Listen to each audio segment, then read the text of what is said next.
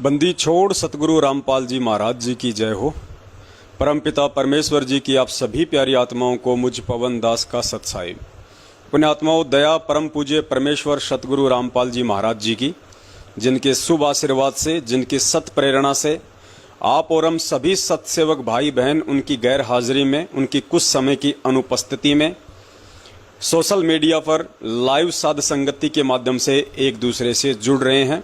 कलयुग की इस बिचली पीढ़ी में परमपिता परमेश्वर जी की आप और हम सभी आत्माओं पर यह विशेष दया है। तो पुण्यात्माओं, आप जी एक बार जुड़िए। जुड़ने के बाद में परमात्मा दया करेंगे। हम सभी भगत भाई बहन परमेश्वर की चर्चा करेंगे। और जैसा कि आज दिन में सतगुरुदेव जी के आशीर्वाद से दास ने एक पैम्पलेट बना के भेज दिया था संगत में, और लाइव साध संगति से जुड़ने का आज का हमारा जो विषय है वो है कि काल एजेंट सतलोक आश्रम मैनेजमेंट हरियाणा ने जगह जगह जो फर्जी आश्रम खोल रखे हैं, या जिन फर्जी आश्रमों का काम चल रहा है। क्योंकि पुण्यात्माओं, ये जितने भी आदेश जो खोले जा रहे हैं, आश्रम जो खोले जा रहे हैं वर्तमान में, हिसार जेल में बैठे हुए परमपिता परमेश्वर सतगुरु रामपाल जी महाराज जी का कोई भी आदेश इन लोगों को नहीं है। क्यों नहीं है? क्योंकि परमात्मा अपने विधान के खिलाफ नहीं चलते हैं। अगर परमेश्वर ही अपने विधान के खिलाफ चलेंगे तो उनके जो फॉलोवर्स हैं, उनके जो भगत हैं, जो शिष्य हैं, वो कभी भी उनके विधान को नहीं मानेंगे। तो इसके विषय में गुरुजी पहले ही कह चुके हैं अपने सत्संगों में। और जिन आत्माओं को अपने गुरुदेव पर विश्वास होगा, जिन आत्माओं को अपने गुरुदेव के वचनों पर विश्वास होगा, वो आत्मा कभी भी उनके सत्संग रूपी आदेशों के खिलाफ नहीं चलेंगी। तो गुरुदेव ने अपने सत्संगों में काफी बार जिक्र किया हुआ है कि बच्चों, ये दुनिया भर में जितने भी नकली संत, महंत, शंकराचार्य, मंडलेश्वर बैठे हैं बड़े बड़े आश्रम खोल के, जब ये ज्ञान पूरे विश्व में फैलेगा परमेश्वर का, उसके बाद इन मंडलेश्वरों के, इन शंकराचार्यों के, इन संतों और महंतों के ये आश्रम हमारे ही काम आएंगे। तो जिस आत्मा को अपने गुरुदेव के इस वचन पर विश्वास है, वो इन फर्जी आश्रमों को बनाने में किसी भी प्रकार का तन मन धन से कोई भी सहयोग नहीं देगा। क्योंकि गुरुदेव ने जो वचन निकाल दिया वो सत्य होगा। जब दुनिया भर के नकली संतों के आश्रम हमारे काम आएंगे आने वाले समय में, ये जितने भी संत महंत हैं, चाहे राधा स्वामी वाले हों, चाहे धन धन सतगुरु वाले हों, चाहे विहंगम योग वाले हों, ये आइस्कॉन वाले हों, जितने भी ये कबीर पंथी बैठे हैं नकली जम्मू में, रांजड़ी में, जितने भी, क्योंकि संत केवल एक ही रहेगा पृथ्वी पे, सतगुरु केवल एक ही रहेगा पृथ्वी पे, सच्चा ज्ञान देने वाला केवल इस पृथ्वी पे एक ही रहेगा, और वे हैं परम पूज्य सतगुरु रामपाल जी महाराज। तो जब धरती के कोने कोने में परमपिता परमेश्वर का तत्व ज्ञान होगा, परमेश्वर की समर्थता का डंका बजेगा, पूरे विश्व पे उनका राज होगा, एक झंडा होगा, एक झंडा होगा, एक उनकी भाषा होगी अर्थात तत्व ज्ञान होगा, पूरी दुनिया पे उनका आदेश चलेगा, तो पुण्यात्माओं, ये नकली संत कहाँ रहेंगे? इनके आश्रम कहाँ जाएंगे? आने वाले समय में ये आश्रम हमारे ही काम आएंगे। तो परमेश्वर के इस वचन के विरुद्ध ये जितने भी काल एजेंट हैं, सतलोक आश्रम मैनेजमेंट हरियाणा वाले, महेंद्र भगोड़ा एंड पार्टी, जिन्होंने बेचारे भोली संगत को गुरुजी के आदेश बता बता के उनके श्रद्धा और भाव से खेला है, छल कपट और धोखा किया है, उनकी जमीनें हड़पी हैं गुरुजी का नाम लेके, और अपने धार्मिक धंधे के उत्थान के लिए, क्योंकि ये सारे के सारे मनवस लोग हैं, ये काल एजेंट हैं, इन्होंने एक पूरी प्लानिंग के तहत बरवाला कांड करवाया, पूज्य गुरुदेव जी को जेल भिजवाया, और अब इन्होंने देख लिया कि गुरुजी जेल से बाहर नहीं आने वाले, और अपना धार्मिक धंधा सेट कर लो। जगह जगह इन्होंने फर्जी आश्रमों की नींव डाल दी, बेचारी भोली संगत को ही मजदूर बना रहे हैं, उनको ही मिस्त्री बना रहे हैं, उन्हीं का पैसा है, यानी संगत का सिर और संगत का ही जूता। तो इसी विषय में दास ने आज बात की थी। ऐसा ही एक फर्जी आश्रम बन रहा है हरियाणा के कुरुक्षेत्र में, और जिसका संचालन कर रहा है बरवाला कांड का षड्यंत्रकारी पुरुषोत्तम सैनी, अपने आप को सारनामी कहता है। बरवाला कांड 2014 में जेल गया था, सेटिंग के तहत जमानत पे आ गया, और गुरुदेव के खिलाफ उसने बयान दिए हैं वहां पे कि हमने तो संत रामपाल जी महाराज जी के आदेश से ही डंडे और झंडे उठाए थे। उन्हीं का आदेश था कि पुलिस को अंदर नहीं आने दिया जाए, मैं तारीख पे नहीं जाऊंगा। ऐसे उल्टे सीधे बयानबाजी करके आज ये भगोड़े बाहर घूम रहे हैं। और वो नादान संगत जो ऐसे कुकर्मियों को दान दे दे के इनको और अधिक कुकर्म करने के लिए, प्रेरित करने के लिए इनके साथ में जुड़ी हुई है, परिणाम संगत को भी भोगने पड़ेंगे। क्योंकि परमेश्वर तत्व ज्ञान दे के जेल गए हैं, इससे पहले नहीं गए। कोई ये नहीं कह सकता कि हमें सच्चाई का नहीं पता था, हमें हकीकत का नहीं पता था। नहीं पता था तो बताने के लिए परमात्मा ने सत्सेवकों को पिछले 7 वर्षों से निमित्त बना रखा है। आज संगत में एक भी व्यक्ति ऐसा नहीं है जिस व्यक्ति तक पवन दास का या सत्सेवक भाई बहनों के वीडियो नहीं पहुंचे। अब जानबूझ के यदि कबूतर की तरह आंखें बंद करके बैठे रहोगे तो ना इसमें हमारा दोष है, ना इसमें सतगुरुदेव जी का दोष है। तो आपको पता है काल एजेंट तो ये है ही। अब जो काल एजेंट होगा वो दिखावे में बहुत बड़ा भगत बना फिरेगा, मर्यादा सारी तोड़ के रखेगा, दूसरों को भी मर्यादा विहीन करेगा। तो आज से 3 दिन पहले तीज का त्योहार था, आप और हम सभी जानते हैं। हालांकि मुझ दास को तो नहीं पता था, बिल्कुल भी दास को तो ध्यान ही नहीं रहता कब तीज गई, कब क्या आया। ये तो आज किसी भगत भाई ने मेरे को वीडियो भेजा कि भगत जी जरा देखिए, ये हरियाणा के रोहतक में जो फर्जी आश्रम खुला हुआ है सिंहपुरा में, वहां पे 2-3 दिन से घेवर बन रहे हैं। घेवर एक मिठाई होती है, राजस्थान में ज्यादा प्रचलित है। और ये सावन मास में जो तीज का त्योहार आता है, स्पेशली तीज के त्योहार पे ही घेवर बनाए जाते हैं, गोल गोल बनते हैं, फिर उनको चाशनी में डुबोया जाता है। तो दास ने कहा भाई भेजो, तो दास के पास वीडियो आया। दास ने ट्राई की हरियाणा के भक्तों से जो परमेश्वर के दया से सत्सेवकों के साथ में जुड़े हुए हैं, उधर उन लोगों के साथ में भी हैं, लेकिन सारी सच्चाई वो हमारे को समय समय पे बताते रहते हैं। तो हकीकत ये निकल के आई कि आज से 3 दिन पहले हरियाणा में तीज थी। आप सबको पता है तीज का त्योहार था, तीज पे घेवर बनाए जाते हैं। तो इन लोगों ने स्पेशली उस तीज के त्योहार के दिन ही घेवर बनाए, और बहाना क्या रख दिया कि आश्रम में जो परमानेंट भगत रहते हैं उनके लिए, उन भगतों के खाने के लिए घेवर बनाए। अरे तो भैया 4 दिन बाद बना लेते, और त्योहार के दिन बनाने कोई जरूरी थे क्या तुम्हारे को? लेकिन मैनेजमेंट को बनाने जरूरी थे, क्योंकि पुण्यात्मा ये काल एजेंट है, इनको मर्यादाओं से कोई लेना देना नहीं है। इनको पता है कि हमारे रिश्तेदार परमात्मा से जुड़े नहीं हैं, हमारी बहन बुआ परमात्मा से जुड़ी नहीं है। अब त्योहार पे बहन आएगी, राखी बांधने आएगी, तीज पे आएगी, तो क्या करें? तो इन्होंने बहाना ढूंढ लिया कि जो परमानेंट भगत आश्रम में रहते हैं उनके खाने के लिए गुरुजी के आदेश से हमने घेवर बनाए। अरे भगतों के खाने के लिए घेवर बनाए तो 35-35 किलो के बनाने की क्या जरूरत थी? पुण्यात्माओं 35-35 किलो के घेवर बनाए इन्होंने, और फिर वीडियो बना के डालते हैं, उसको कांटे पे रख के, उसको तराजू पे रख के, उसकी फोटो खींच के भेज रहे हैं, वायरल कर रहे हैं कि देखो जी सूखा घेवर 35 किलो का है, जब चाशनी में डुबोएंगे तो कितने किलो का होगा। अब चाशनी में तो पवनदास डुबोएगा, आज ध्यान रखना, अभी चाशनी में डुबोएंगे भी लाइव प्रोग्राम के माध्यम से, तब होगा इसका वजन। ऐसे थोड़ी बढ़ेगा इनका वजन। तो पुण्यात्माओं ये सारा का सारा मनमाना आचरण है। ये लोग सारे त्योहार मनाते हैं, ये लोग सारे कुकर्म करते हैं, और दिखावे में बहुत बड़े ये भगत बनते फिरते हैं। तो अब इनके जो बुआ आएगी, इनकी जो बहन आएगी, और इनके जो हरियाणा के 36 बिरादरी वाले, इनके जो काका, ताऊ, चाचा, जिनका इन्होंने पिछले जाट आरक्षण में बढ़ चढ़ के सहयोग किया था, अब वो जाट उधर से फोन कर रहे हैं कि भाई पिछली बार तो बूंदिया खिलाए थे देसी घी के, अब तीज आ रही है, कुछ तो खिलाओ नालायको, सूखे मारोगे क्या? हैं?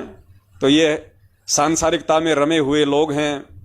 क्या लेना देना इनको गुरुदेव से, गुरुदेव की भक्ति से, बेचारी संगत से? भाड़ में जाए संगत, भाड़ में जाए गुरुजी, भाड़ में जाए गुरुजी का ज्ञान। इनको तो अपनी मौज मस्ती से मतलब है। तो इन्होंने 35-35 किलो के वहां घेवर उतार के रखे हुए हैं आज से 3 दिन पहले, तीज के दिन। तो ये है पुण्यात्माओं इनकी हकीकत। और अब दास आपको ऑडियो सुनाएगा। आज दिन में दास ने उस फर्जी कॉल एजेंट पुरुषोत्तम सैनी से बात की थी, हरियाणा वाले से, कुरुक्षेत्र वाले से। वैसे तो दास ने वीडियो बना के डाल दिया है पूरे 1 घंटे का पूरा विश्लेषण करके। 9 मिनट मेरी उससे बात हुई थी। वो 1 घंटे का वीडियो दास ने इस लाइव वीडियो के ऊपर मैसेज के बॉक्स में डाल रखा है। जब लाइव वीडियो समाप्त हो जाए तो आप जी देख सकते हैं। पूरे 1 घंटे का वीडियो है, ढंग से परमात्मा ने धोती सी धुलवाई है। फिर भी आपको जो 9 मिनट मेरी और उस कॉल एजेंट पुरुषोत्तम सैनी की, जो फर्जी आश्रम संचालक है, भक्तों के दान को बर्बाद करते हुए वहां पे पत्थर में पैसे लगा रहा है। अरे जब हमारा बाप जेल में बैठा है और जब हमारा बाप ऑलरेडी बरवाला आश्रम हमारे लिए छोड़ के गया है, अगर तुम्हारी औकात है, तुम्हारी हिम्मत है, तो नालायकों वो सतलोक आश्रम बरवाला क्यों नहीं ले लेते सरकार से? और हमें क्या लेना देना इन आश्रमों से? जब हमारा बाप हिसार जेल की काली कोठरी में टूटे फूटे परस पे सो रहा है और गद्दारों तुम यहां पे कजारिया के टाइल लगा लगा के आश्रम बना रहे हो, आश्रमों में स्विमिंग पूल बना रहे हो, मौज मस्तियां कर रहे हो, अय्यासियां कर रहे हो, संगत के दान को हराम का धंधा बना लिया। आने वाले समय में परमेश्वर के बच्चों से लूट लूट के जो तुमने अपना साम्राज्य स्थापित किया है ना, परमात्मा एक एक पैसे का हिसाब लेगा, एक एक पैसे का। जैसे स्वतंत्रता सेनानी लाला लाजपत राय ने अंग्रेजों से कहा था, जब उनके सिर पे लाठियां पड़ी थी अंग्रेजों की, तो लाला लाजपत राय ने मरते मरते कहा था कि मेरे सिर पे पड़ने वाली एक एक लाठी अंग्रेजी साम्राज्य के ऊपर एक एक कील के समान साबित होगी, और वही हुआ। तो ठीक इसी प्रकार तुम जो भगत समाज का दान खा रहे हो, हड़प रहे हो, ज्योति पाठ ना जाने कैसे कैसे तरीकों से गुरुजी की आड़ में अपना पेट भर रहे हो, अपनी प्रॉपर्टी बना रहे हो। नालायकों, तुम्हारी साइकिल पे चलने की औकात नहीं थी, आज तुम स्कॉर्पियो में घूम रहे हो। ये सब का सब कैसे संगत को मूर्ख बना के, कभी वकीलों के नाम पे, कभी जमानत के नाम पे, कभी जमीन के नाम पे, कभी आश्रम के नाम पे, कभी राजनीति के नाम पे, कभी आरक्षणबाजी के नाम पे, कभी गुंडों की सीबीआई जांच के नाम पे, कभी किसी धरना के नाम पे बेचारी संगत का हिंडोला बना के रख दिया। एक एक पैसा निकलेगा, एक एक पैसा। जैसे पहले कहा करते थे ना कि भैया झूठ मत बोल वरना गुमड़े होंगे, गुमड़ियां होंगी, फुंसियां। और हुआ करती थी। तुम्हारे साथ भी वही होने वाला है। तुम्हें नहीं लग रहा, तुम बहुत शाने बन रहे हो अपने आप में, लेकिन परमेश्वर का विधान बताएगा कि कौन परमेश्वर की मर्यादाओं में चल रहा है और कौन परमात्मा के विधान को तोड़ के चल रहा है। तो पुण्यात्माओं, आप सभी जुड़ चुके हैं परमात्मा के दया से, बाकी भगत भाई बहन जुड़ते रहेंगे। एक बार आप सभी वीडियो को शेयर कर दीजिए। हम 1-2 मिनट का और समय लेंगे, तब तक आप जी इस वीडियो के लाइव लिंक को फेसबुक के सभी ग्रुपों में शेयर कर दीजिए, व्हाट्सएप के सभी ग्रुपों में शेयर कर दीजिए। उसके बाद परमात्मा आगे के वीडियो को स्टार्ट करवाएंगे। और 8 सितंबर तक हमारा केवल एक ही टारगेट है कि जितना हो सके उतना हम पूज्य गुरुदेव जी के प्रकट दिवस के विषय में संगत को अवेयर करें, संगत को जागरूक करें, हम उन्हें समझाएं। ये हमारी जिम्मेदारी बनती है।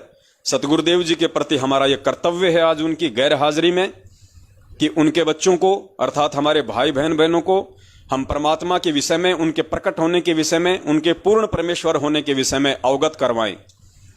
और पुण्यात्माओं, सभी परमात्मा की आत्मा नहीं होती हैं, सभी परमेश्वर की अच्छी हंस आत्मा नहीं होती हैं, सभी लोग सतलोक जाने के काबिल नहीं होते हैं। कुछ एक ऐसे होते हैं जिनके परमात्मा भक्ति की नई कलम चढ़ाते हैं, कुछ एक ऐसे होते हैं जिनको परमात्मा अगले युगों के लिए परिपक्व करते हैं, कुछ ऐसे होते हैं जिनको परमात्मा इसी समय में पार कर देते हैं। तो यह ना सोचना कि परमपिता परमेश्वर सतगुरु रामपाल जी महाराज जी से जिन जिन लोगों ने नाम दीक्षा ले ली तो उनका मोक्ष निश्चित है, ऐसा नहीं है। नाम दीक्षा लेना एक चीज अलग है और नाम दीक्षा लेके परमेश्वर का भगत कहलाना, उनके प्रत्येक वचन पे चलना दृढ़ होके एक विश्वास के साथ, ये बात दूसरी है। तो कुछ ही पुण्यात्मा होती हैं जब परमेश्वर इस पृथ्वी पे आते हैं तो उनके साथ सतलोक जाने के लिए सहमति प्रदान करती हैं, क्योंकि पुण्यात्माओं ये स्वतंत्रता का मार्ग है, ये जबरदस्ती का मार्ग नहीं है। जिस प्रकार हमें गुरुदेव ने बताया अपने सत्संगों के माध्यम से कि जब तुम सतलोक में थे और यहां नीचे आने के लिए काल भगवान के साथ में जिस तरह से तुम जुड़े हुए थे, जिस तरह से तुम्हारी पूरी श्रद्धा, तुम्हारी पूरी आस्था इस मृत लोक में आने के लिए उस काल के साथ बनी, तुम वहां पे रोके भी नहीं रुक रहे थे। जब तक ऐसी ही आस्था, ऐसी ही लगन, ऐसी ही दृढ़ता, ऐसा ही विश्वास तुम्हारा इस पृथ्वी लोक से आज मेरे साथ सतलोक जाने के लिए नहीं बनेगा, तब तक तुम सतलोक नहीं जा सकते, चाहे तुम कितनी कोशिश कर लो। और इन सतलोक आश्रम मैनेजमेंट हरियाणा वाले इन काल एजेंटों की मुख्य सेवा ज्योति निरंजन के द्वारा वर्तमान में यही लगाई गई है कि किसी भी तरीके से छल बल, नीति कुनीति, साम दाम, दंड भेद, घटियापन, किसी भी तरीके से तुम इन आत्माओं की मर्यादा खंडित करवाओ। और मर्यादा खंडित होगी तो ना चाहते हुए भी या चाहते हुए भी इनके भाव, इनकी श्रद्धा, इनकी लगन उस परमेश्वर में नहीं बन पाएगी। और जिसकी श्रद्धा ही अपने गुरुदेव से नहीं हुई, जिसकी लगन ही अपने गुरुदेव में नहीं है, जिसने तन मन धन अपना गुरुदेव को नहीं समर्पण किया, वो सतलोक कैसे जा पाएगा। तो इन लोगों की मुख्य सेवा केवल यही है, आत्माओं को तोड़ने की। और पिछले 7 साल से इन्होंने पुण्यात्माओं किस किस तरह के कुक्रम संगत से करवाए हैं, आप जी अच्छे से परिचित हैं, बताने की आवश्यकता नहीं है।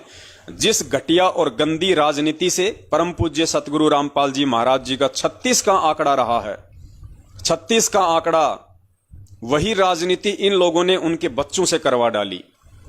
जिन राजनेताओं को गुरुजी ने अपने जीवन में कभी घास नहीं डाली, बहुत कोशिश की लोगों ने आश्रम में आने की, गुरुदेव से समर्थन प्राप्त करने की, बीजेपी ने भी, कांग्रेस ने भी, लेकिन गुरुदेव ने उनको यही संदेशा दिया कि भैया अगर यहां आना है तो दास बन के आना है, यहां आना है तो यहां एक आम भगत की तरह आना है। तुम सोचो कि जैसे बाबा राम रहीम या बाबा आसाराम लोगों को जो है विशेष रूप से तवज्जो देता है, उनको अपने बराबर चेयर पे बिठाता है, उनकी आओ भगत करता है, वो यहां नहीं चलने वाला है। मेरे लिए चाहे प्रधानमंत्री हो, चाहे एक भिखारी हो, दोनों मेरे लिए मेरी आत्मा है, मेरे लिए बराबर के जीव हैं। ये बाबा रामदेव का आश्रम नहीं है, ये बाबा रामपाल का आश्रम है। यहां अगर आओ तो सोच समझ के आना, और यहां पे वोट प्राप्ति के लिए, समर्थन प्राप्ति के लिए तो भूल के भी मत आना। उसके बावजूद भी पुण्यात्माओं सन 2013 में बरवाला कांड से 1 साल पहले इसी गद्दार राष्ट्रीय समाज सेवा समिति ने, इसी गद्दार महेंद्र भगोड़े ने, इसी सतलोक आश्रम मैनेजमेंट हरियाणा में भक्तों से कांग्रेस को वोट डलवाए थे। ये बहुत ही कम लोगों को इस बात का मालूम है। उस समय रोहतक का जो कोऑर्डिनेटर था वो मास्टर रामकुमार ढाका था, वही मास्टर रामकुमार ढाका जो राष्ट्रीय समाज सेवा समिति का अध्यक्ष था। उसने गुरुदेव से बात भी करनी चाहिए ढाका ने उस समय कि भाई मेरे गुरुजी से बात करवा दो, मैं संगत को आदेश नहीं दे सकता। तो गुरुदेव से तो बात नहीं करवाई, लेकिन महेंद्र भगोड़े ने इसको डरा दिया, धमका दिया कि जब मैं बोल रहा हूं तो फिर गुरुजी से बात करने की क्या आवश्यकता है। और उस मंदबुद्धि ढाका ने उस महेंद्र भगोड़े के दबाव में आके रोहतक के भक्तों को आदेश दिया सन 2013 में, हजारों की संख्या में भक्तों के कर्म फुड़वाए। लेकिन अब नहीं होगा पुण्यात्माओं, क्योंकि अब परमेश्वर के जो सूरवीर हैं, जो परमेश्वर के शेर हैं, वो संगत में कूद चुके हैं। परमेश्वर ने अपना आशीर्वाद भरा पंजा उनके शीश पे रख दिया है। अब इन काल एजेंटों की दाल नहीं गलने वाली है। अब ये चाहे किसी को गुरुद्रोही घोषित करो, चाहे किसी को कुछ भी घोषित करो, अब इनको सीधी सीधी टक्कर है, सीधी सीधी टक्कर। वो कहते हैं ना कि भाई शेर को सवा शेर मिलना, तो सवा शेर इनको अब मिले हैं सतसेवकों के रूप में।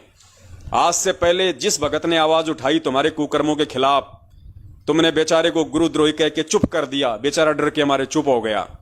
किसी को तुमने उल्टी सीधी गुरुजी से शिकायत करके उसको आश्रम से बाहर निकलवा दिया, बेचारा टूट टाट के भक्ति छोड़ के चला गया, चुप हो गया। लेकिन अब वर्तमान में जो तुम्हारे सामने जो लोग बैठे हैं ना ये तुम्हारे खटिया खड़ी करेंगे आने वाले समय में, तुम्हारी खटिया खड़ी करेंगे आने वाले समय में। वो एक छोटा सा चुटकुला है, दास सुनाना चाहेगा। एक सरदार जी था, वो गाड़ी लेके जाया करता था और रात को रुकने की जगह थी नहीं। पहले तो एक धर्मशाला थी, धर्मशाला में बेचारे रुक जाया करते थे, और भी 2-4 सरदार आ जाते थे अपनी गाड़ियां ले लेके, अपने ट्रक ले लेके। अब एक सरदार था, उसका पेट खराब हो रहा था, तो वो क्या करा बेचारा, बार बार वो गैस मार रहा था, वहां पे पाद मार रहा था बार बार। बाकी जो सरदार थे पास में बैठे बैठे, अब बदबू तो आएगी जब शरीर से गैस निकलेगी, तो दूसरे सरदार कहते उड़ जा उड़ जा उड़ जा उड़ जा। थोड़ी देर बाद वो गैस इधर उधर हो जाती। ऐसा 2-3 दिन तक चलता रहा। अब उनमें से एक सरदार ऐसा था, उसका ज्यादा ही पेट खराब था। अब उसने बेचारे ने वहीं पे लेटरिन कर दी कपड़े में। अब बाकी जो सरदार लोग थे उन्होंने सोचा भैया इसने भी गैस निकाल दी होगी, तो वो कह रहे थे कि उड़ जा उड़ जा उड़ जा उड़ जा। अब वो सरदार हंसने लगा और बोला भाई ये नहीं उड़ेगा। बोला क्यों? बोला ये बिना पंखों वाला है, इसके पंख नहीं है। तो पुण्यात्माओं, आज से पहले इन्होंने जितने भी लोगों को गुरुद्रोही घोषित किया है वो बेचारे डरपोक थे, वो बेचारे अज्ञान थे, मंदबुद्धि थे, इसलिए बेचारे वो चुप हो गए, वो डर गए, वो उड़ गए। लेकिन अब की बार जो परमात्मा ने बैठा दिए है ना, वो बिना पंखों वाले हैं। ये सत्सेवक जो परमेश्वर ने बैठा दिए, ये उड़ने वाले नहीं है, ये तुम्हें उड़ा के छोड़ेंगे अब की बार ज्ञान आधार से। क्योंकि हमारा जो हथियार है वो परमेश्वर का ज्ञान है। असुर निकंदन रमैणी में परमात्मा कहते हैं कि बज्रबान की बोऊं बाड़ी, सतगुरु संत जीत हैं राड़ी। वज्रबान, ये मेरे तत्व ज्ञान रूपी अस्त्र शस्त्र की बाड़ी बोऊंगा, फसल पैदा करूंगा। वज्रबान की बोऊं बाड़ी, और सतगुरु के संत जीत हैं राड़ी। राड़ी यानी झगड़ा फसाद। और जो सतगुरु का संत होगा, जो भगत होगा, उस तत्व ज्ञान को आधार बना के बड़ी से बड़ी समस्या का हल निकाल लेगा, उस झगड़े को, उस फसाद को मिटा के छोड़ेगा। तो तुम काल एजेंटों के द्वारा जो झगड़ा, जो फसाद संगत में पैदा कर दिया गया है अज्ञानता के चलते, अपनी मनमानियों के चलते, अपनी अय्यासियों के चलते, ये अब नहीं चलने वाला है। तो पुण्यात्माओं सुनाते हैं अब आपको उस काल एजेंट, उस तथाकथित सारनामी पुरुषोत्तम सैनी कुरुक्षेत्र वाले की 9 मिनट की आज 14 अगस्त 2021 की मुझ पवन दास के साथ एक ऑडियो। आप ऑडियो सुनिए, उसके बाद परमात्मा थोड़ा बहुत जो है निर्णय करवाएंगे, उसके बाद फिर हम आगे के लाइव शंका समाधान में बढ़ेंगे। हेलो सत साहिब जी। साहब जी, पुरुषोत्तम जी बोल रहे हैं? हाँ जी बोल रहा हूँ। भगत जी, ये रोहतक के सिंहपुरा में जो घेवर बन रहे हैं 35 किलो के, ये किस खुशी में बन रहे हैं? किस खुशी में बन रहे हैं? हाँ। अरे हम राजा है, हमारा पिताजी हो जो कोई जो मर्जी खिला दे। राजा का बेटा तो हमेशा खाता पीता होता है, खुशी रहता है। बिल्कुल आपकी बात सही है, राजा का बेटा कुछ भी कर सकता है, राजा कुछ भी वो करवा सकता है। सतगुरु ने कहा कि बना लो भाई, जो बच्चे वहां रहते हैं सदा, वो बेचारे घर तो जाते नहीं, ना कभी उन्होंने कोई मिठाई खाई, ना कोई कभी पराठा खाया, ना कोई। परमात्मा ने बोला कि ठीक है बेटा, वहां जो रहते हैं, वहां जो रहते हैं ना, वो तो बिल्कुल किसी मतलब अंडमान निकोबार से आए हुए, ना कभी मिठाई खाई, ना कभी कोई पराठा खाया। तो गुरुजी से हमने अरदास लगाई कि परमात्मा हम घेवर बनाना चाहते हैं। तो गुरुजी ने कहा कि बेटो बना लो, वो बना लेना और खा लेना। अच्छा, जो आश्रम में जो सेवादार रहते हैं परमानेंट, उनके लिए बनवाए जा रहे हैं? मतलब वो बनवाए जा रहे हैं, मतलब और क्या कहूँ इसे, वो अपने आप ही अंडरस्टूड बात है। जो कह दिया ना, उनके वहां खा लेंगे बना करके, कोई बात नहीं। अच्छा, तो एक दिन के खाने से काम हो जाएगा? तो फिर या तो रोज ही बनाओ। रोज क्यों बनाए? रोज खाएंगे, रोज तो एक चीज खाई जाती है। तो फिर एक दिन से क्या हो जाएगा भगत जी? चलो कोई बात नहीं, उनकी इच्छा होगी, बेचारों ने कर लिया होगा। हम वो ज्यादा से गरीब तबका यहाँ रह के देखो आप, तो अभी तो कह रहे हो कि गुरुजी के आदेश है, अभी कह रहे हो कि उनकी इच्छा है। दोगली बातें मत करो, बात क्या है वो बताओ भगत जी, हकीकत क्या है? दोगली कब कर रही है मैं?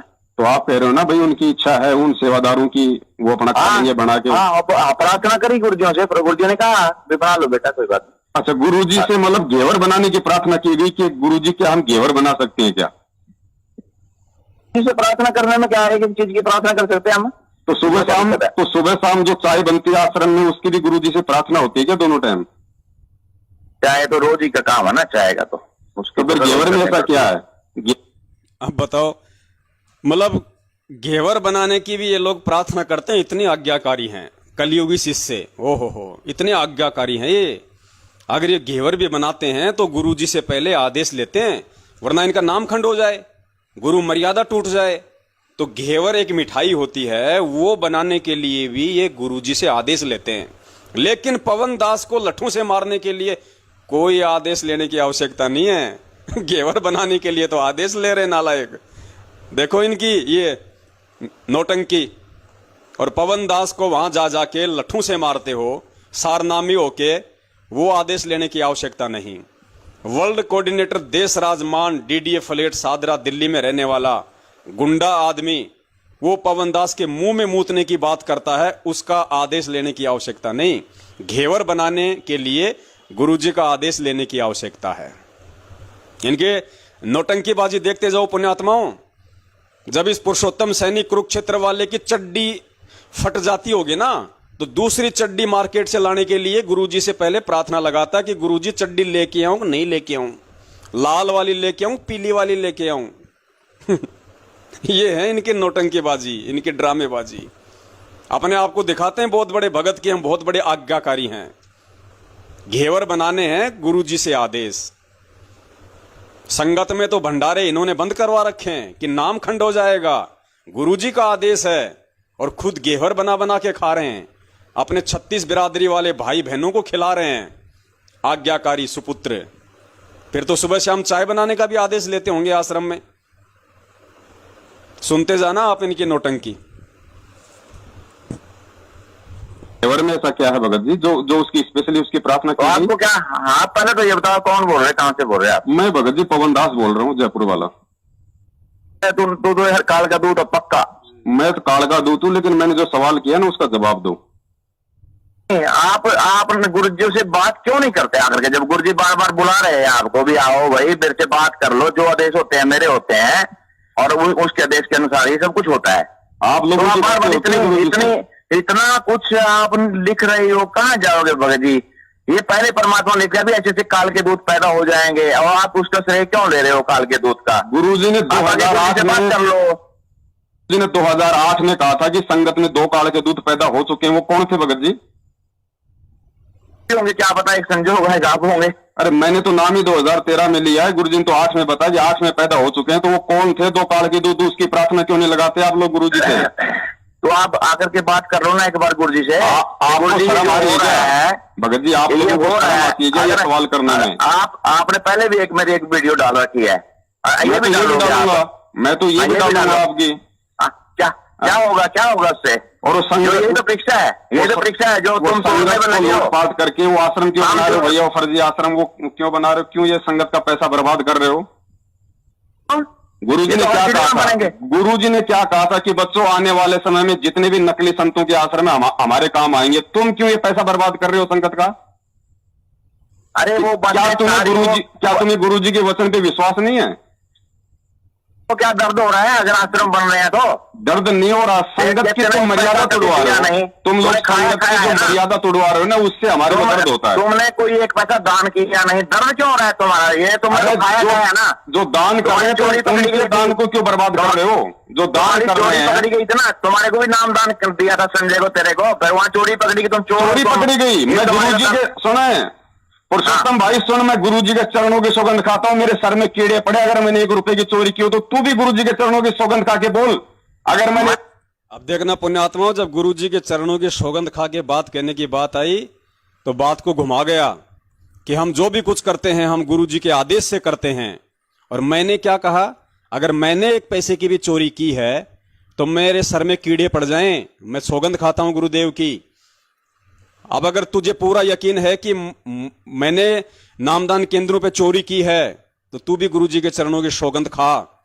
तो बात को घुमा गया। कहते हम तो जो भी करते हैं गुरुजी के आदेश से करते हैं। तो भाई तुम्हारा गुरु तो महेंद्र भगोड़ा है, उससे हमें क्या लेना देना उस नालायक से? रुपए की अगर वहां मैंने चोरी की है तो बोल। सुनो, मैं गुरुजी के चरणों की सौगंध खाता हूँ कि हम जो भी करते हैं गुरुजी के आदेश से करते हैं, और हमने कोई मैनेजमेंट का इसमें कोई वो नहीं है। अगर सतगुरु को ही आप बोलते हो, बार बार बकवास करते हो, गुरुजी को अंदर करा दिया, अगर हम ही अंदर कर देंगे परमात्मा क्या हुआ फिर? वो तेरे को इतनी भी अक्ल नहीं? ये कह रहा कि हम ही अंदर करवा देंगे तो फिर परमात्मा कैसे हुआ? अगर हम मैनेजमेंट वालों ने ही अगर गुरुजी को जेल में अंदर करवा दिया तो फिर गुरुजी परमात्मा कहां से हो गए? तो किसी ने तो जेल करवाया ही है, तो इसके अनुसार तो फिर परमात्मा हुए ही नहीं। भाई तुमने नहीं करवाए तो किसी और ने करवाया है। तो इसके अनुसार, इसकी बुद्धि अनुसार जो ये बातें बोल रहा है कि हमने यदि गुरुजी को जेल करवा दी तो वो परमात्मा कहां से हुए। चलो तुमने नहीं करवाया तो किसी और ने तो करवाया, क्योंकि बैठे तो जेल में हैं। तो तुम्हारे अनुसार तो फिर गुरुजी परमात्मा हुए नहीं। ये तो पुण्यात्मा इनके बातचीत करने के इनके तरीके हैं। आप ध्यान से सुनना आगे। अच्छा, मतलब तुम लोग गुरुजी को अंदर नहीं करवा सकते? अरे जो गुरुजी को ये अंदर करा दिया वो परमात्मा कहाँ हुए फिर? तो परमात्मा कहाँ मान रहे हो उनको? तो फिर गुरुजी को अंदर किसने करवाया? अंदर किसने करवाया? वो लीला किया करते हैं, तेरे को पहले भी मैंने बता रहा। लीला दास कह रहा है कि फिर गुरुजी को अंदर किसने करवाया? तो कहते हैं वो लीला किया करते हैं। लीला यानी बरवाला कांड को इन्होंने लीला का नाम दे दिया। सारा का सारा ठीकरा गुरुजी के सिर पे फोड़ दो लीला के नाम पे। अपने ऊपर कुछ मत लो, जमानत करवा करवा के बाहर आ जाओ, संगत का पैसा खाओ, माता बहनों के साथ में अश्लील बर्ताव करो, आश्रम बनाओ, उनमें अय्यासियां करो, स्विमिंग पूल बनाओ। संगत मूर्ख है, कभी जमीन के नाम पे, कभी जमानत के नाम पे, कभी वकील के नाम पे, कभी आश्रमों के नाम पे। वो तो लीला है गुरुजी की। अरे एक बात बताओ, जब बरवाला कांड में गुरुजी ने अपना इंटरव्यू दिया मीडिया वालों को, और मीडिया वाले ने पूछा कि जी आश्रम में जो 5-6 भक्तों की मौत हुई है, आपको कोई अफसोस है? तो गुरुजी ने कहा कि बहुत ज्यादा अफसोस है। अब इस नालायक पुरुषोत्तम सैनी से कोई पूछे कि सत्यवादी परमात्मा तो झूठ नहीं बोल सकता। अगर बरवाला कांड गुरुजी की लीला होती तो गुरुजी ये क्यों कहेंगे कि मुझे बहुत ज्यादा अफसोस है, मुझे बहुत ज्यादा दुख है उनके मरने का? अरे जब लीला है परमात्मा की, और लीला में अगर कोई मर भी गया तो फिर इसमें दुख काहे का, अफसोस काहे का? लेकिन पूज्य गुरुदेव ने साफ साफ कहा कि उनके मरने का मुझे बहुत ज्यादा अफसोस है। नहीं, तुम लीला मत बोलो। फिर तुम क्यों चिल्लाते हो? फिर तुम वीडियो बना बना के क्यों चिल्लाते हो कि हरियाणा सरकार का षड्यंत्र है, हरियाणा सरकार ने गुरुजी को अंदर कराया? तेरे जैसा ही कोई होगा? तेरे जैसा नहीं, तेरे भाई ये स्टेट कोऑर्डिनेटर, तुम्हारे कोऑर्डिनेटर, तुम्हारी सोशल मीडिया टीम। क्यों चिल्लाते हो तुम लोग? फिर मुख्यमंत्री खट्टर को, अनिल राव को क्यों दोष देते हो? सोना दोगली बातें मत करो भगत जी, सिंगल बातें करो। और मैंने जो बात की है ना, मेरे को उसका जवाब दो, वरना मैं सवाल करने लग गया तो 7 जन्म में जवाब नहीं दे पाओगे। ये राजनीतिक आदेश किसने दिए? ये घटिया राजनीतिक आदेश किसने दिए? सारे काम अगर तुम गुरुजी के अनुसार करते हो तो ये घटिया और गंदी राजनीतिक आदेश। अरे सुनेगा भी सही, कबीर परमात्मा जब आए थे तो उनको कितनी कसनियां दी गई थी? ये तो अभी तो कुछ भी नहीं है। थोड़ा क्या कितनी कसनियां दी थी? वो आप जैसे लोगों ने जो गुरु को मानुष मानते थे उन लोगों ने दी थी वो कसनियां। जैसे तुम लोगों ने गुरु को मानुष मानते हुए 2014 का बरवाला कांड करवाया। बकवास कर रहे हैं क्यों? इतना मीडिया के सामने क्या बोल रहा था वहां पे? आप वहां पे मीडिया के सामने टीवी चैनल पे क्या बोल रहे थे? मैं संत रामपाल जी महाराज जी का भाई हूँ। झूठे इंसान, सार नाम लेके झूठ बोलता है, शर्म नहीं आई तेरे को? अरे मैंने नहीं बोला, वो कह रहे थे कि तू रामपाल जी का भाई है क्या? मगर मैंने कहा मैं नहीं। देखो पुण्यात्माओं, दास ने जो वीडियो बनाया था दिन में, उसमें इसका इंटरव्यू वो मीडिया वाला बरवाला कांड के समय का, जिसमें वो मीडिया वाला इसको बार बार कह रहा है कि तुम्हारा भाई संत रामपाल, आप संत रामपाल के भाई। ये नालायक व्यक्ति एक बार भी उस मीडिया वाले को ये नहीं बोला कि भाई मैं संत रामपाल जी महाराज का भाई नहीं हूं, मैं तो उनका भगत हूं। लेकिन मान बड़ाई का भूखा, अहंकार ग्रस्त इंसान, इसको पता था कि पूरा हरियाणा मुझे देख रहा है, पूरा देश मुझे देख रहा है, और संत रामपाल जी महाराज का भाई कह के लोग कहेंगे यार ये है संत रामपाल जी महाराज का भाई, मेरी तो वाहवाही हो रही होगी, मेरे रिश्तेदार देख रहे होंगे, मेरे गांव वाले देख रहे होंगे। उसने 3 बार कहा उस इंटरव्यू में कि तुम्हारा भाई संत रामपाल, तुम्हारा भाई संत रामपाल। इस नालायक ने एक बार भी नहीं कहा कि जी वो मेरा भाई नहीं है, आपको कोई गलतफहमी हुई है। उसका भाई तो दूसरी तरफ काल एजेंट की सेवा कर रहा है, काल की सेवा कर रहा है, मैं इधर कर रहा हूं। एक बार भी नहीं कहा इसने। और वो मीडिया वाला अगर ये कह देता कि आप संत रामपाल जी महाराज जी के पिताजी हो, तो भी ये नालायक नहीं बोलता। अरे जो इतना कहने पे नहीं बोला कि संत रामपाल जी के भाई हो आप, फिर भी ये नहीं बोला, और वो मीडिया वाला अगर ये कह देता कि आप संत रामपाल जी महाराज जी के पिताजी हो, तो भी ये नहीं बोलता। गद्दार इंसान। इतने बड़े 420 हैं ये, जो खुद गुरु जी के खिलाफ कोर्ट में बयान देके आए हुए हैं।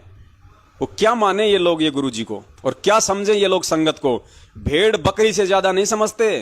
अरबों की प्रॉपर्टियां बनानी, ये लोगों ने अरबों की प्रॉपर्टियां, वो जो आश्रम जो बन रहे हैं ना 5-5 एकड़ में, ये रिश्तेदारों को दिखाने के लिए लेके आते हैं, अपने परिचितों को दिखाते हैं कि देखो मैंने कितनी बड़ी प्रॉपर्टी खड़ी कर ली, मेरे अंडर में चल रहा है सारा काम, मैं हूं इसका संचालक।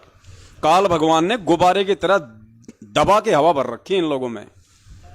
उधर बैतूल में वो लठबाज विष्णु साहू, वो अपनी बाप की प्रॉपर्टी मान के बैठा हुआ है। जैसे सांप होता है ना, सांप वो कुंडली मार के बैठ जाता है ना धन के ऊपर, ऐसे ही काल है, ये काल भगवान के सांप है, सर्प।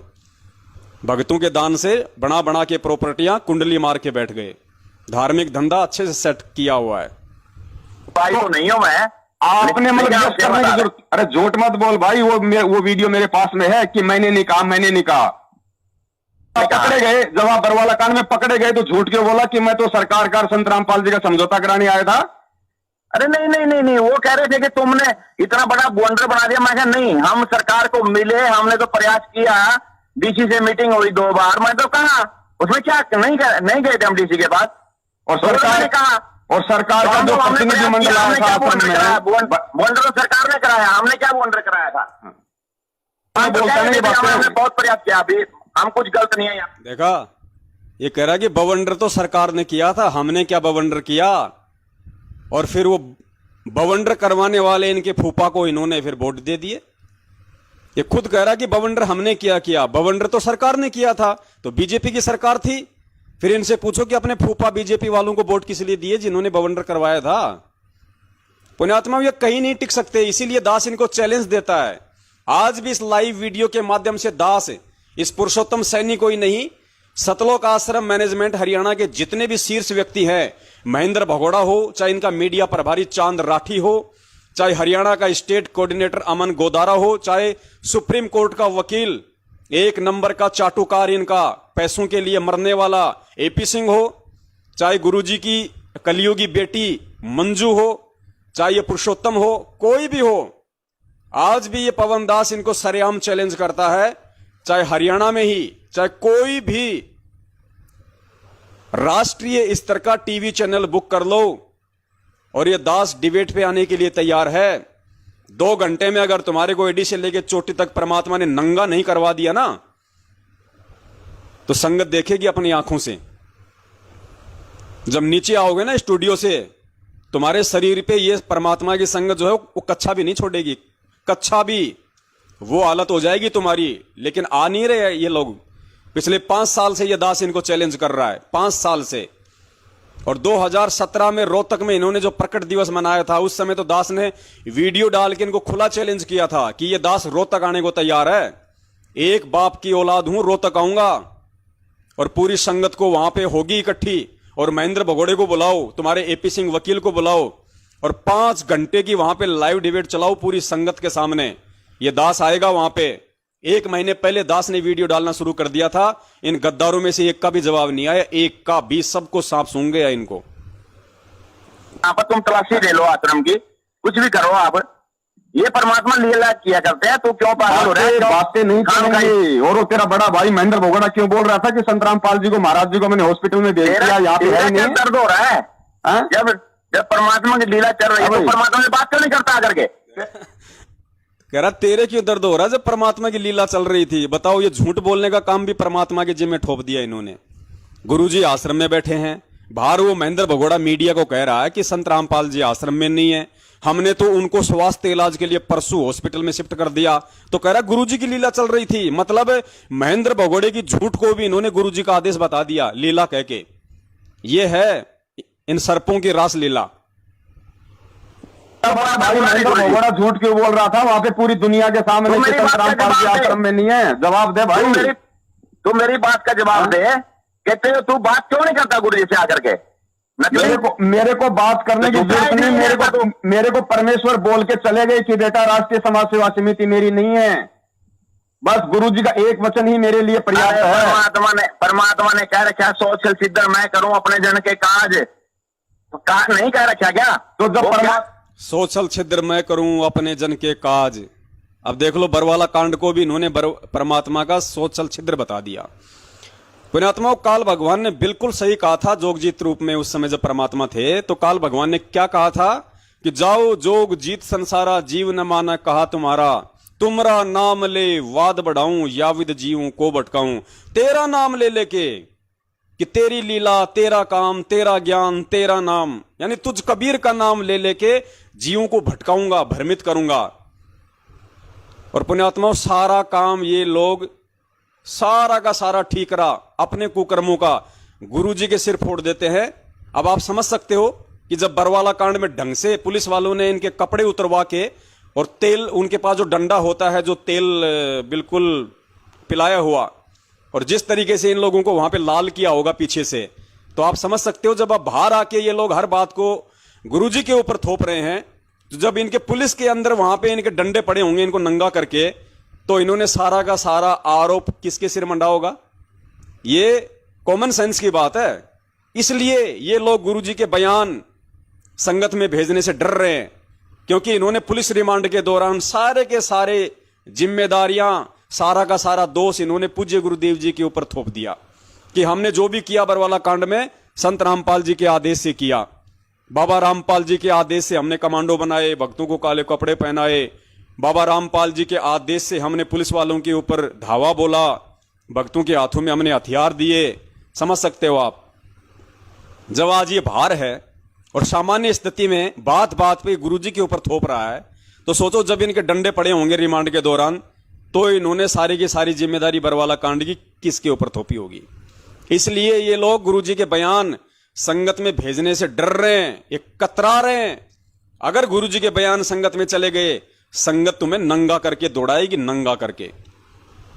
कर रहा है, अगर परमात्मा, सुनो, जब परमात्मा लीला कर रहा है, तो दास ने इससे कहा कि भैया जब तुझे इतना ज्ञान है, तो बात बात पे कह देता है कि परमात्मा की लीला है, परमात्मा लीला कर रहा है, तो नालायको फिर क्यों गुरुजी को परेशान कर रहे हो? कम से कम उनको लीला तो आराम से करने दो, ढंग से करने दो। जब गुरुजी तुम्हारे अनुसार बरवाला कांड के दौरान हिसार जेल में लीला करने गए हैं, तो नालायको उनको लीला तो ढंग से कर लेने दो। क्यों जबरदस्ती ये वकील कर करके संगत को लूट लूट के उनकी लीला में बाधा पहुंचा रहे हो? क्यों उनको जबरदस्ती बाहर निकाल रहे हो? जब लीला खत्म हो जाएगी तो अपने आप आ जाएंगे गुरुजी। तो पुण्यात्माओं, ये कहीं नहीं टिकने वाले ये, इसीलिए ये लोग सामने नहीं आते, इसीलिए सामने नहीं आते। और जब इनसे फोन पे बात करते हैं तो एंड में फोन काट के निकल जाते हैं, जैसे अब निकलेगा फोन काट के। जब तुम्हें ठीक है, ठीक है, जब परमात्मा लीला कर रहा है, जब ये बरवाला कांड परमात्मा ने करवाया, आज जेल में परमात्मा बैठा है, वो लीला कर रहा है। कुछ दिनों में वहीं का झंडा किधर में जाएगा, तो देखता रहा। महापुरुष 20 जगह काम लग रहा, 20 जगह है भाई। ये बरवाला कांड का लीला है परमात्मा की। 4 इंच है, तो 4 इंच लगा के दिखाना है, यहाँ तो 20 जगह काम लग रहा है। अरे धीरे बोल, वरना फिर तेरे को टेबलेट खानी पड़ेगी बीपी की। थोड़ा धीरे। मेरे को कोई टेबलेट नहीं खानी पड़ती, तेरे को खानी पड़ेगी। हम तो सतगुरु के शिष्य हैं भाई। तू हिमाचल में गया था, तू एक बार हिमाचल की तरफ गया था पुस्तक सेवा करने, वहां पे एक वीडियो में कह रहा था कि ये तो लीला है गुरुजी की बरवाला कांड। बिल्कुल है तो लीला है, तो नालायक को लीला करने दो ना गुरुजी को। जबरदस्ती बता रहे हो, क्यों इतने वकील कर रहे हैं? क्यों संगत का पैसा खा रहे हो? क्यों वकील कर रहे हैं? गुरुजी को लीला करने तो, जब लीला कर लेंगे तो अपने आप आ जाएंगे। जबरदस्ती बाहर क्यों निकाल रहे हो? तुम अपने जैसा खुद होता है स्वयं, हुआ दूसरे को वैसा ही मानता है। अरे खाता है ना, कम से कम गुरुजी, कम से कम सारे ऐसे ही होंगे। गुरुजी को कम से कम जेल में तो ढंग से रह लेने दो। जेल में भी तुम दुखी कर रहे हो, लीला नहीं करने दे रहे। जेल में नहीं होते, वो परमात्मा लीला करे करते हैं। वो सतलोक में एक पावन का एक नीचे है, वो तो सब जगह हर घट में बैठे हैं। वो ये लीला तुम्हारी चल रही है, परमात्मा की नहीं चल रही। ये तुम लोगों की लीला चल रही है। तुम जैसे जो पाखंडी जो आश्रम में जो इकट्ठे हो गए थे ना, तो है पाखंडी, तो लहदा पंथ चलाने की सोच रहा है ना। संगत को लूट लूट के जो ये फर्जी आश्रम बना रहे हो अपने धार्मिक धंधे के लिए, संगत के एक एक पैसे का हिसाब लेगा परमात्मा। दिया दान है, 1 पैसा दान दिया कभी? तुम क्या खा लिया था? मेरे को कहता तूने कभी 1 पैसा दान दिया? अरे गद्दारो, अरे माया के भूखो, तुम जैसे कॉल एजेंटों को क्यों पैसा दूं? मैं बाकी संगत की तरह मूर्ख हूं क्या? मेरे सिर में कोई चक्कर आते हैं क्या जो मैं तुम जैसे कॉल एजेंटों को पैसा दे के अपने कर्म बिगाड़ूंगा? जब परमेश्वर आएंगे और जैसी दास की आर्थिक हालत होगी, जैसे दास की श्रद्धा होगी, अपने परमपिता परमेश्वर जी के चरण कमलों में रखूंगा। तुम जैसे काल एजेंटों को, तुम जैसे भगोड़ों को, तुम जैसे ठगों को क्यों दो रे? तुम लोगों को कुकर्म करने के लिए क्यों प्रेरित करूं? मेरे सिर में खुजली चल रही है क्या बाकी संगत की तरह? तुम जैसे कुपात्रों को मैं, तुम जैसे कुपात्रों को मैं चवन्नी नहीं दूं? नहीं सतगुरु को देते हैं वो। चुप। अरे तो सतगुरु को देते दूंगा, हैं, हमारे को क्या देना। सतगुरु को दूंगा, तुम जैसे काला एजेंट को क्यों दूं मैं आज, जो सरेआम दान का दुरुपयोग कर रहे हैं। आनंदपाल सिंह की सीबीआई जांच करवाई, तुम्हारा बाप लगता था क्या वो गुंडा?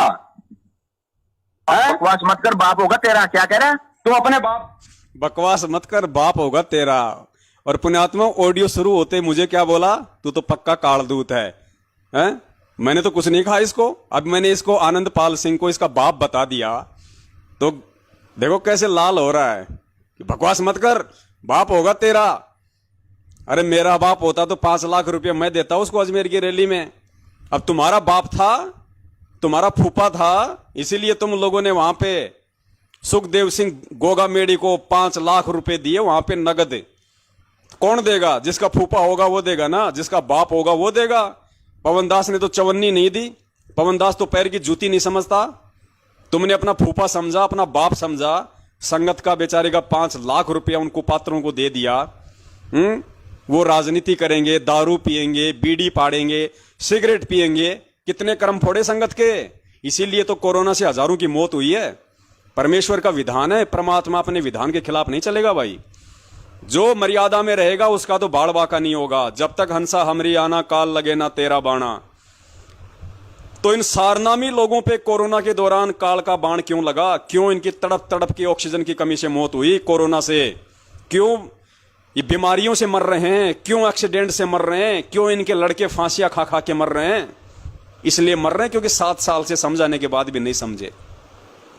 वो आनंदपाल सिंह को दिया गया 5 लाख रुपया, जाटों को दिए गए 16 लाख रुपया, एक बार दिया उनको 5 लाख रुपया। भक्तों को भंडारे बंद, और उन्हीं भक्तों के दान से जाट आरक्षण में अपने उन फूफाओं को, अपने उन पितामहों को देसी घी के बूंदियां खिलाते हो। आज वो देसी घी के बूंदियां कांटे बन बन के चुभ रहे हैं संगत के ऊपर। और बच्चों चिंता मत करो, जल्दी समय तुम्हारा भी आने वाला है। तुम्हारी बैटरी थोड़ी सी ज्यादा चार्ज है, ये ना समझो कि हमारे ऊपर सतगुरु की दया है। तुम्हारे ऊपर काल की मेहर है फुल। अभी जिस दिन वो काल अपना हाथ हटा लेगा ना, देखना फिर क्या होगा। परमात्मा धरती पे है, धर्म की जीत होगी अंत में। अधर्म का पलड़ा नीचे रहेगा। कुछ समय के लिए झूठ ऊपर चढ़ता है, कुछ समय के लिए अधर्म का पलड़ा भारी होता है, लेकिन अंत में सदा जीत सत्य और धर्म की होती है। सीबीआई जांच में क्यों शामिल करवाया भक्तों को? 5 लाख रुपए का उनको चंदा क्यों दिया भक्तों के दान का अजमेर की रैली में? किसको? गुंडे। अरे किसको? बातें मत बना, तेरे को पता नहीं कौन किसको। क्या तू क्या ठेकेदार लगता है? बात फोन काट। ठेकेदार हूं भाई, 100 बार मेरे जो बातें उनका जवाब दे। लो जी, फोन काट के भग गया, कह रहा कि तू क्या ठेकेदार बन रहा है। अरे भैया ठेकेदार क्यों नहीं बनेंगे? हैं? हमारे भाई बहनों के पैसों को तुम बर्बाद करवा रहे हो, उनके कर्म फुड़वा रहे हो। गुरुजी के आदेश का नाम लेके उनसे दान लेते हो, और उस दान को तुम गुंडों की सीबीआई जांच में लगाते हो, आरक्षण में लगाते हो, राजनीति में लगाते हो, अपनी गाड़ियां खरीदने में लगाते हो, अपनी अय्याशियों में लगाते हो। तो सवाल तो बनते हैं भाई, सवाल तो बनते हैं और सवाल बनेंगे। तो पुण्यात्माओं घबराओ मत इनसे। परमात्मा यही तो देख रहा है, ये परीक्षा ही तो चल रही है। अरे आज अगर ये तो काल के बहुत छोटे से एजेंट हैं, ये तो बहुत छोटे वाले एजेंट हैं। गुरुजी ने क्या बताया? जब ऊपर जाओगे तो 12 करोड़ यम के दूत डराने की कोशिश करेंगे, धमकाने की कोशिश करेंगे, तुम्हारे किसी मित्र का रूप बना के, तुम्हारे किसी बहुत अच्छे भगत भाई का रूप बना के तुम्हारे सामने खड़े हो जाएंगे, तुम्हारे को बहकाएंगे, भ्रमित करेंगे। अरे उस समय क्या करोगे जब तुम आज ही हिम्मत नहीं कर पा रहे इन 2 कौड़ी के जीवों के सामने? ये रिहर्सल ही तो चल रही है, सवाल ही तो करने हैं, गालियां थोड़े निकालनी है। सवाल करने में भी तुम्हारे पसीने आ रहे हैं। काहे के भगत हो भाई? तुम उस काल भगवान के यहां अपने जैसे छोटे मोटे एजेंटों का सामना नहीं कर पा रहे। जब कोई भी ऐसा पीला पर्चा या ऐसा कोई आदेश आता है तो तुम लोग उनसे बात करने की हिम्मत तक नहीं करते। काहे के भगत हो तुम? क्या अपनी जिम्मेदारी निभा रहे हो गुरुजी की अनुपस्थिति में? गुरुजी आने के बाद कैसे तुम्हें अपने शिष्य का दर्जा देंगे? एक बेटे की, उसके बाप की गैर हाजिरी में क्या जिम्मेदारी होती है? एक बेटा वही काम करता है जो उसका बाप करता था। बाप ने नकली संतों की, पाखंडियों की धोती धोई ज्ञान आधार से, और इस संगत में जो पाखंडी पैदा हो गए तुम्हारे अपने भगत भाई, इनकी धोती कौन धोएगा? तुम्हें धोनी है, मुझे धोनी है, हम सब ने धोनी है। तो दास ने ऊपर जो मैसेज है, उस मैसेज में हरियाणा के स्टेट कोऑर्डिनेटर अमन गोदारा का नंबर है, इस पुरुषोत्तम सैनी का नंबर है, गुरुजी की कलयुगी बेटी मंजू का नंबर है, अपने मोबाइल में फीड कर लो, और आज के बाद जब भी कोई पीला पर्चा आता है, जब भी कोई ऐसा मनमुखी आदेश आता है, तुरंत इन कॉल एजेंटों को फोन लगाओ। अरे बात करना सीखो, रिहर्सल करो, तभी तो हिम्मत करोगे ऊपर कॉल एजेंटों से लड़ने की। जब तुम इन्हीं एजेंटों के सामने बात करने से डर रहे हो, ये क्या क्या उखाड़ लेंगे तुम्हारा? इनकी कोई औकात नहीं है। जो झूठा आदमी होता है, जो चोर आदमी होता है ना, उसके ये कलेजा नहीं होता, जिगर नहीं होता उसके, वो खाली मुंह से बड़बड़ बड़बड़ बोलेगा, उसके ये नहीं होता। अब देख लो, ये एक भी बात का तो जवाब नहीं दे पाया, अंत में फोन काट के भग गया कि तू क्या ठेकेदार है। और ऐसे ऐसे नालायकों के हाथों में इस मूर्ख संगत ने अरबों खरबों रुपया देके इन फर्जी आश्रमों की कमान संभाला दी। तो क्या होगा? ये बिल्ली को दूध का रखवाड़ा बैठा रखा है संगत ने मूर्खता के चलते। इसके परिणाम संगत को भोगने पड़ेंगे भाई। ये रिहर्सल है, ऐसे सतलोक नहीं जाएंगे। तुम सोचो, लो जी गुरुजी ने दे दिए मंत्र, हो अपना जाप किया, सुबह शाम हो गया, अपना काम धंधा किया, 3 टाइम की खाते पीते आरती कर ली। ऐसे सतलोक जाना होता तो आज तक यहां नहीं बैठे होते। सतलोक जाने के लिए तो एडी से चोटी तक का जोर लगेगा। अगर सच्चाई के लिए अगर आपको बुरा बनना पड़े तो बन जाओ, घबराओ मत। आपकी कोई इज्जत नहीं है, भगत की कोई बेइज्जती नहीं है। भगत की इज्जत और बेइज्जती उसका परमात्मा है। कोई चाहे तुम्हें गाली निकाले, कोई चाहे तुम्हें गुंडा कहे, चाहे तुम्हारे को कोई भुंडा कहे, कोई धमकी दे, क्या हमारे क्या फर्क पड़ता है? वो कहते हैं ना, गालियों से कौन से गुमड़े निकलते हैं, हमारे क्या फर्क पड़ता है इन चीजों से? ये गुरुद्रोही कहेंगे, हमारे को क्या फर्क पड़ेगा? ये हमारे को कल को ये प्रधानमंत्री कह देंगे पीला पर्चा निकाल के, हमें कौन वहां पे विधानसभा में बैठा देगा प्रधानमंत्री बना के? इनकी क्या औकात है? इनके कहने से हम गुरुद्रोही हो जाएंगे? हमारे और हमारे बाप के बीच का मैटर है, हम क्या हैं क्या नहीं है। तो भाई हिम्मत करो संगत वालों, हिम्मत करो, वरना आने वाली जो नस्लें हैं ना, हमारी आने वाली जो पुश्तें हैं, वो हमारे को धिक्कारेंगी। ये इतिहास बनेंगे। जब देश की आजादी की लड़ाई जो है वो लड़ी जा रही थी ना, तो सब लोगों ने अंग्रेजों के आगे घुटने टेक दिए थे। सुभाष चंद्र जी, भगत सिंह, चंद्रशेखर, लाला लाजपत राय, कुछ जाने माने लोग थे जिन्होंने एडी से चोटी तक का जोर लगाया, अपना सर्वस्व अपनी मातृभूमि को समर्पित कर दिया। अंग्रेजों से लड़ते वक्त उन्होंने अपने जान की परवाह नहीं की, अपनी इज्जत की परवाह नहीं की, अपने बाल बच्चे और परिवार की उन्होंने कोई परवाह नहीं की। उनका एक ही मकसद था कि अंग्रेजों से देश आजाद करवाओ। भले उनके समय में देश आजाद नहीं हुआ, लेकिन आज देश आजाद होने के बाद उन महापुरुषों की जयंतियां मनाई जाती है। इतिहास में उनका नाम सम्मान से लिया जाता है, भले साल में एक बार ही क्यों ना लिया जाए। और बाकी जो थे वो गद्दार, वो चापलूस, वो चाटुखोर और वो डरपोक, आज उनको कोई गली का कुत्ता भी नहीं जानता कि कौन थे वो। तो कहीं ऐसा ना हो कि ये हालत तुम संगत वालों की हो जाए और कुछ एक परमात्मा के बच्चे युगों युगों से, अब आप जी समझ सकते हो। तो पुण्यात्माओं, ये जो मैटर था हम इसको यहीं पे क्लोज करते हैं। समझदार को संकेत ही काफी होता है। बाकी तो परमात्मा कहते हैं कि भैंस के आगे चाहे कितनी बीन बजाओ, उसको कोई फर्क नहीं पड़ने वाला है, क्योंकि उसको म्यूजिक की जानकारी नहीं होती, उसको संगीत के विषय में मालूम ही नहीं होता। तो भैंस के आगे बीन बजाने से कोई फायदा नहीं है। बाकी समझदार तो संकेत में समझ जाता है। अब आज का जो लाइव साध संगति का जो प्रोग्राम है, और एक भगत भाई का आज दिन में मैसेज आया था, मैसेज दास आपको एक बार पढ़ा के सुना देता है। आज हम उसी के ऊपर लाइव चलेंगे। अभी बहुत ही महत्वपूर्ण टॉपिक है। हालांकि टॉपिक थोड़ा नया है, लेकिन बहुत ही ज़्यादा महत्वपूर्ण है और सभी भक्तों को इस पे ध्यान देना चाहिए। हम परमेश्वर के मार्ग में हैं, हमारे को बहुत सारी चीज़ों पे आज जो है विचार करना पड़ेगा। सतगुरु रामपाल जी महाराज जी की जय। सत साहिब पवन दास जी। मैं पंजाब के अमृतसर शहर से हूँ।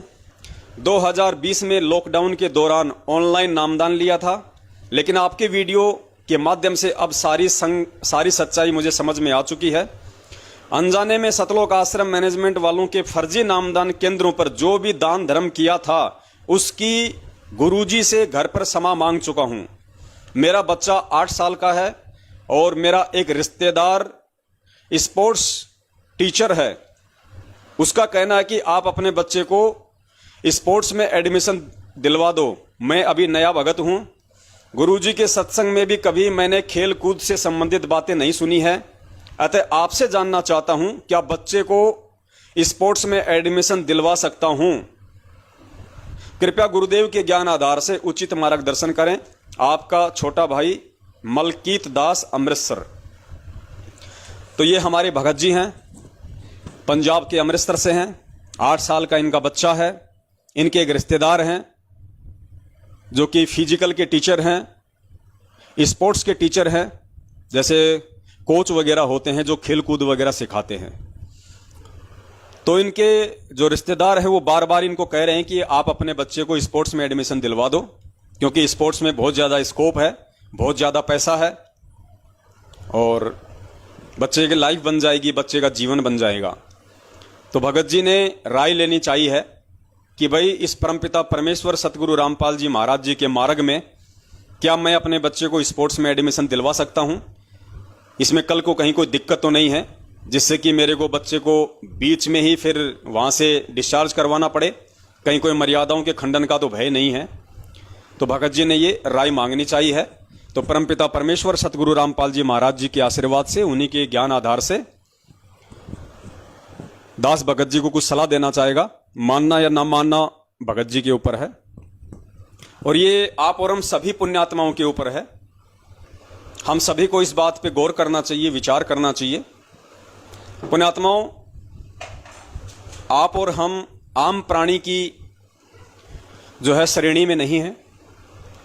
हम सारी सृष्टि के रचनहार, जो इस पृथ्वी के सृष्टि के जो कण कण में व्याप्त है, उसकी पावर हर जगह है, जो आज हमारे पूज्य गुरुदेव जी के रूप में पृथ्वी पे 8 सितंबर से प्रकट हैं, सतगुरु रामपाल जी महाराज। हम उस कबीर परमात्मा के बच्चे हैं और वो कबीर परमात्मा इस पृथ्वी लोक पे केवल अपना विशेष ज्ञान देने के लिए आता है, जिसको विज्ञान भी कहते हैं। विज्ञान का मतलब गुरुदेव ने बताया विशेष ज्ञान, जिसको तत्व ज्ञान भी कहते हैं, जिसको मूल ज्ञान भी कहते हैं, जिसको सार ज्ञान भी कहते हैं। भाषा भिन्न शब्द है, जैसे जल पानी नीर, जल पानी नीर। ऐसे ही गुरुदेव हमें जो तत्व ज्ञान दे रहे हैं उसको चाहे मूल ज्ञान कहिए, चाहे सार ज्ञान कहिए, चाहे उसको विज्ञान कहिए, चाहे उसको विशेष ज्ञान कहिए। और गुरुदेव से ये ज्ञान लेने के बाद में हम भक्तों की जो क्रिया होती हैं वो आम व्यक्तियों से बहुत ज्यादा डिफरेंट होती हैं।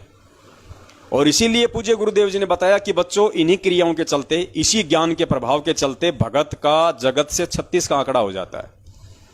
जो जगत वाला है वो अपनी अज्ञानता के चलते उस आदमी से दूरियां बना लेता है, उसे वो मूर्ख समझता है, उसे वो पागल समझता है।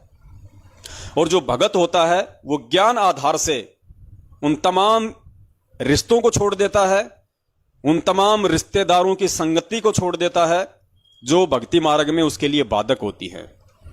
तो पुण्यात्माओं, इसी प्रकार एक जो सबसे बड़ी जो बाधा है एक भगत के जीवन में वो है खेल कूद, स्पोर्ट्स। क्योंकि पुण्यात्माओं, सारे नियम गुरुजी हमें लिख के नहीं